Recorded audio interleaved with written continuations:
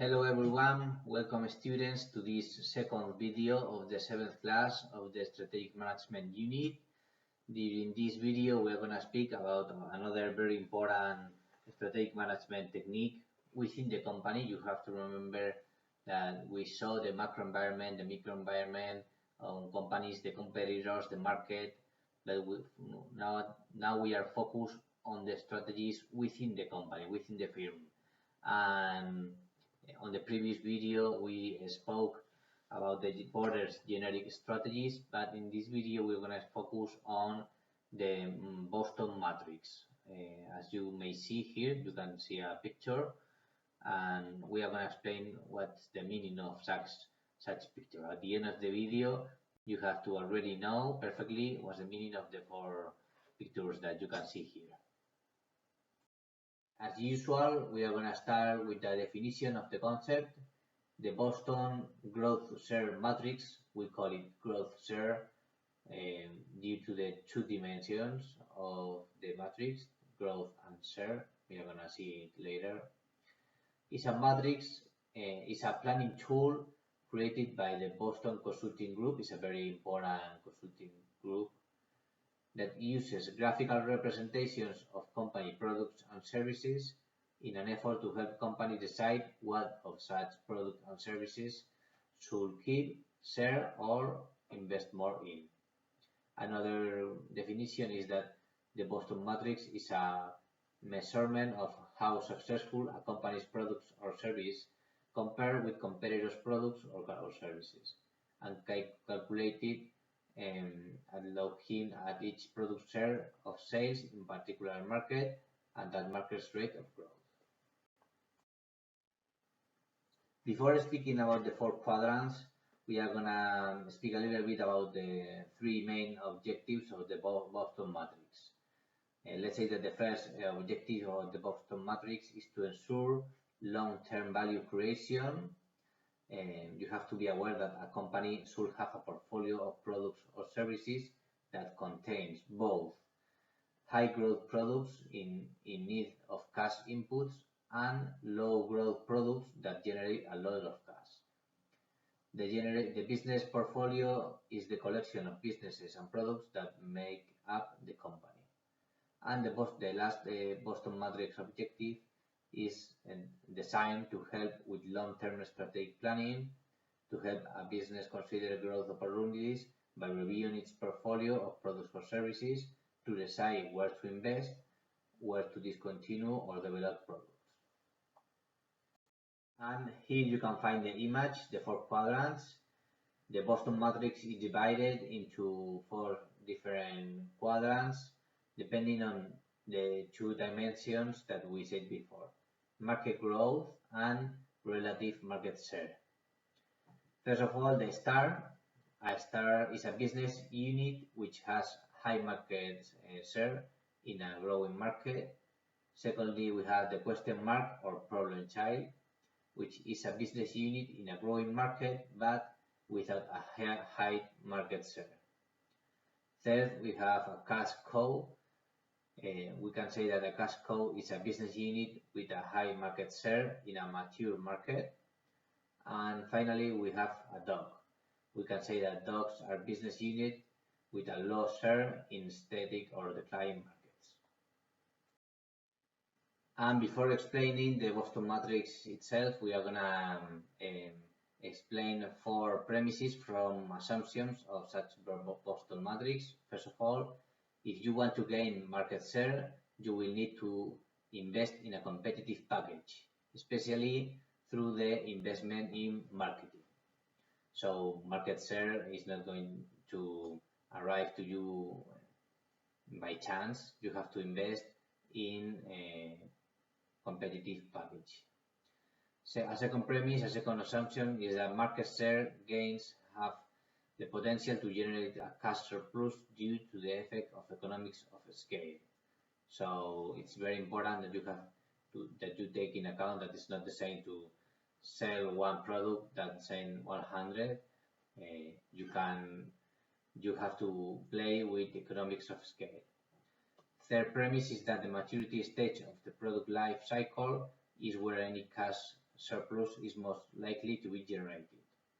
So we are going to see at the end of the video what's a life cycle of a product. Of course, it's going to depend on technology, on the customer's needs, but every product or every service have a life cycle, and is in the maturity of such life cycle when any cash surplus is more likely to be generated by the company. And finally, the best opportunities to build a strong market position usually occur during the market's growing period. So you have to be aware when the market is growing, because it's in those cases in which you are going to have most opportunities to build a strong market position. Before explaining the four quadrants, the star, the question mark, the cash cow, and the dog, you're going to see a brief video explaining the Boston matrix. Hi guys, Mark here with Walter's World, and today we're talking about portfolio analysis. Sometimes it's called BCG matrix or Boston Consulting Group matrix.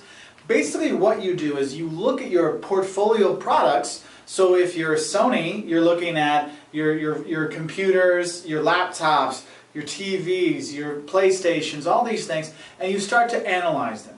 But you put them into different groups, and you base these groups on two different criteria. One is market growth, and two, you base it on market share. Okay, so we have the quadrants here. So market growth, low market growth, and market share, high market share to low market share. Now, the thing is, you do this to analyze which products we should put more money into, invest more because things are going well, which ones are our cash cows that we use to fund other investments, and when we're in bad economic times, maybe this is how we decide which products need to be taken out to pasture. Okay? And so that's what we have here. Now, if we look at it, we have four different quadrants, and we're going to start up here with the question marks. Now, question mark products, these are products or services that are in high growth industry, but we are a very small player in it. So we don't know, is it going to take off, we can become somebody big because there's so much room to grow, or could it turn out that we're not going to make anything for it? Now sometimes there's lots of success stories. For Nokia, you know, one time they were into wood products, and they had this little small industry, little small part of the mobile phone industry. And they said, well, is this going to work or not? And they bet on that question mark of mobile phones, and it helped them take off. Now, it doesn't always work that way. You'll see companies that say, hey, this is a really growth industry, the loan market. And Circuit City thought the loan market was a really great industry, it was growing, so they were a small player, and it ended up taking them out of business. They actually failed, okay, because one of the things with their loans. And so we look at these things and say, a question mark. Do we go with it to make it a star, or could it come down and become a dog for us? Now, the second one I want to talk about is the star. Now, a star is a high growth industry, and you're the big time player. So in tablet computers, we're looking at the iPad. That is a star for Apple. Tons of people are buying it. The market is growing and growing and growing for tablets, and Apple is #1 with the iPad. So that would be a star for them. Okay, these ones you're going to invest more money into it because it's still growing, so we got to have more production for it. We got to get it out there, because products that are stars don't always stay as stars. Eventually, sometimes they come out, and hopefully they turn into cash cows. Okay, because a cash cow, this is a product that's in a low growth industry, but you're just a big time market player in it. If you're thinking of Coca-Cola Classic, the red can of Coke, not a big market growth thing there, but they make tons of cash on it, so they can use the money from their cash cow to invest in their stars to help them make even more money. Also, to invest in their question marks, so maybe that extra money can help that question mark become a bigger player. Okay? And then finally you have the dogs. Now the dogs, these are, as you can see, I'm a marketing professor, not an artist, okay? But as you see with the dogs, they have low market growth and low market share. So basically, you're in a dead industry or not much growth industry, you're a small-time player. Is this something we really want to be in or not? And usually these are the type of products and services that get cut when they're looking to save money. And here's a little career advice. If you see you're working on a product or in a service department that's dealing with the dog products, time to go look for another job. Okay, so just be safe. And this is a rough idea of what a portfolio analysis is. You take your products, all the different ones out there, and you start placing them in this grid based on market growth and market share. And you see where things are, so you know where do I need to invest more, which ones should I nurture just to get the cash, and which ones I should get rid of. So I hope that... Here we're going to speak about the two dimensions of the Boston matrix. As you saw in the video, the Boston matrix is divided into two different dimensions. The first dimension looks at the product's general level of growth within its market. So it's going to tell you if the product or service you are selling is in a growing market, in a mature market, or in a finishing market. And the second dimension measures the products or service market share relative to the largest competitors in the industry. Analyzing products or services in this way provides a useful insight into the likely opportunities and problems with a particular product. And finally, you could consider use the product life cycle. We are going to speak later about the product life cycle of each product or service. But if you need a snapshot, how is the situation right now of the product or service, you are going to need a Boston matrix. We are going to start speaking about the four pictures of the Boston matrix, the four quadrants, by speaking about the best one, the star. If you are a company with a star, you are a very, very lucky company. A star means high market share and high growing market. So we can say that star products or services have rapid growth and dominant market share. This means that star products can be seen as market-leading products. These products will need a lot of investment to retain their positions. So, of course, it's not about being a star 2 weeks or 2 months. It's about being a star a lot of time, even years. And in order to maintain such star, such position, you're going to need a lot of investment. You also are going to need funds to support further growth, as well as to maintain its lead over competing products. Of course, star products will also generate a lot of income due to the strength they have in the market. But the main problem is that you are not going to know if the market is going to continue growing or it will go down. And as managers cannot predict if the market is going to grow or is going to stop, sometimes we are going to make some investment without having any return. Okay. And finally, star products can become cash cows. We're going to speak now about the cash cows. As the market growth starts to decline and if they keep their high market share. Now we are going to speak about maybe the most important quadrant for companies, which is the cash cows. Cash cows mean having a high market share but a low growing market.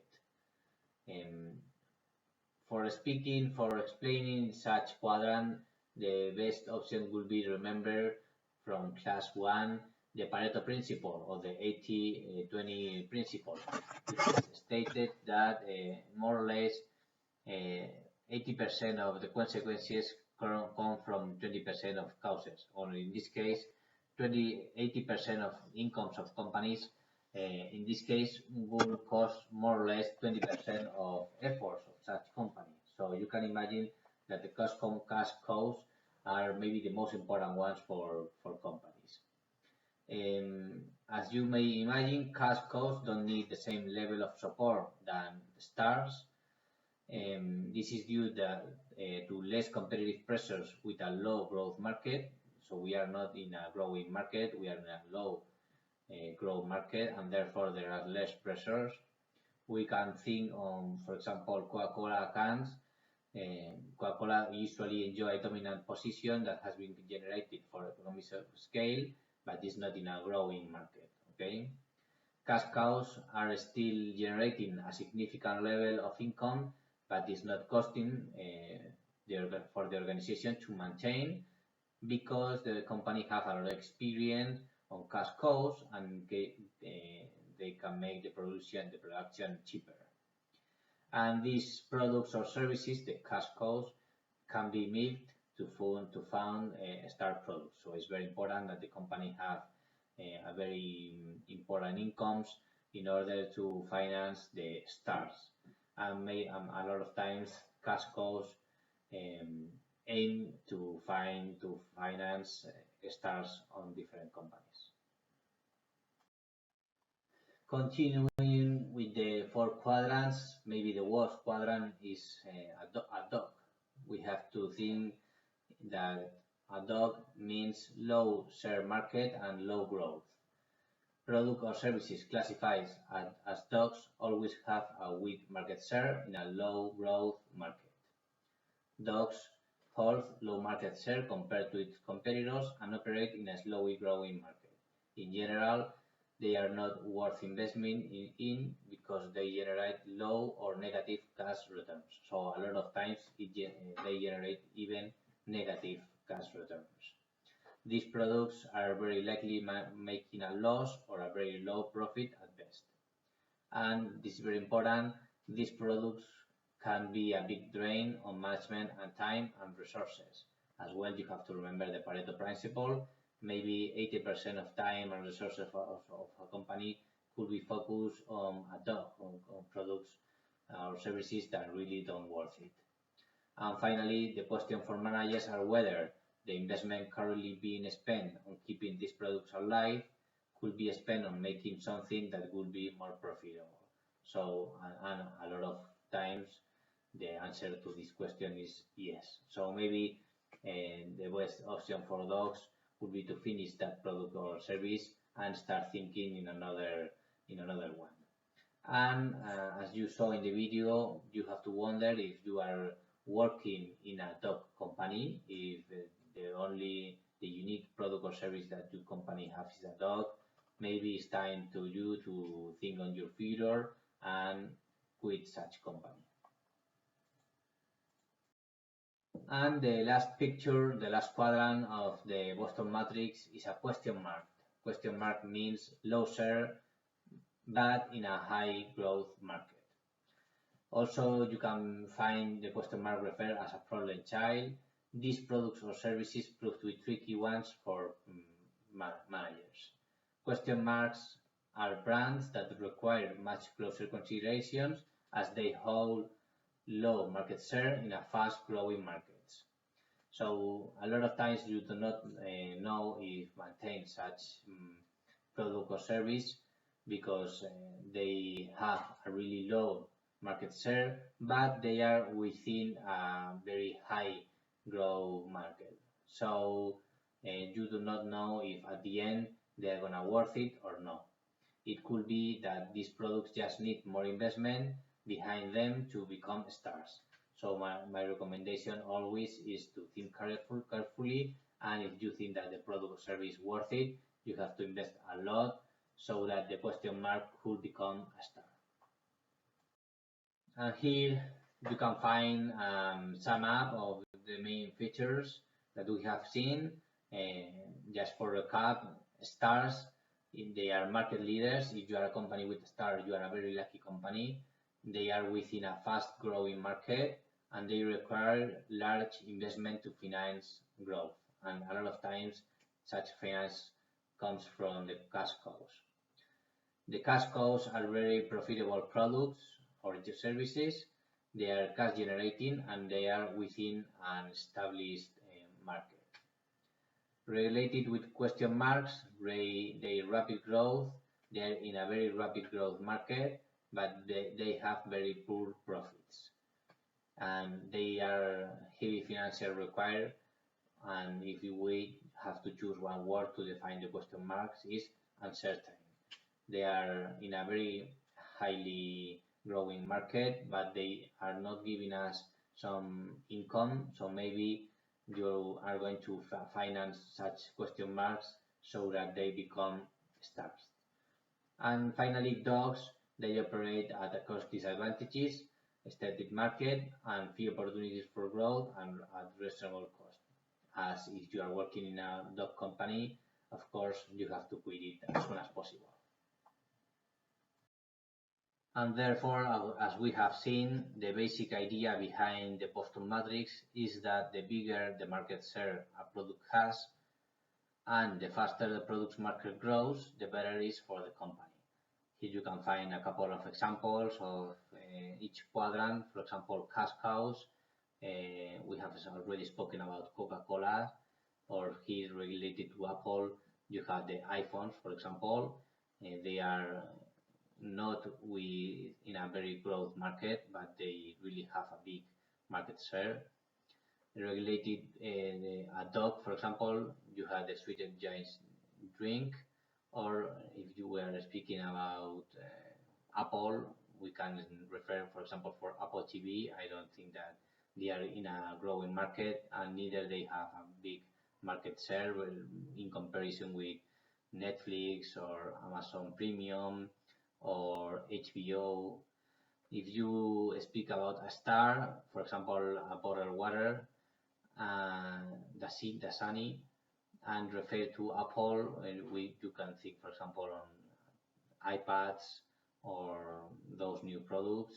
And related with question marks, for example, think on an energy drink, because the energy drinks are located in a very high growth market. Related with Apple, we can see here new products that Apple are developing right now. And here you can find an image of a Boston Matrix life cycle. You have to be aware that every product has a life cycle. Depends on the product or the service. It could be a long life cycle or short, but more or less they are usually have the same form. As you can see in this view, the vertical is your share on the market from low to high, and the horizontal is the growth on the market, going from high to low. The arrow represents the typical life cycle of a product from idea to growth to maturity and ultimately to retirement. And we are going to finish the video by speaking about a couple of conclusions of the Boston Matrix. As we have seen, the best business portfolio is one that fits the company's strengths and helps exploit the most attractive opportunities markets. A complete matrix can be used to classify the strengths of your organization and its products portfolio. Companies would ideally like to have a good mix of cash cows and stars, and the company shall analyze its current business portfolio and decide which business should receive more or less investment, and develop growth strategies for adding new products and businesses to the portfolio. Thank you, students. I'll see you in the next video, in the last video of the 7th class.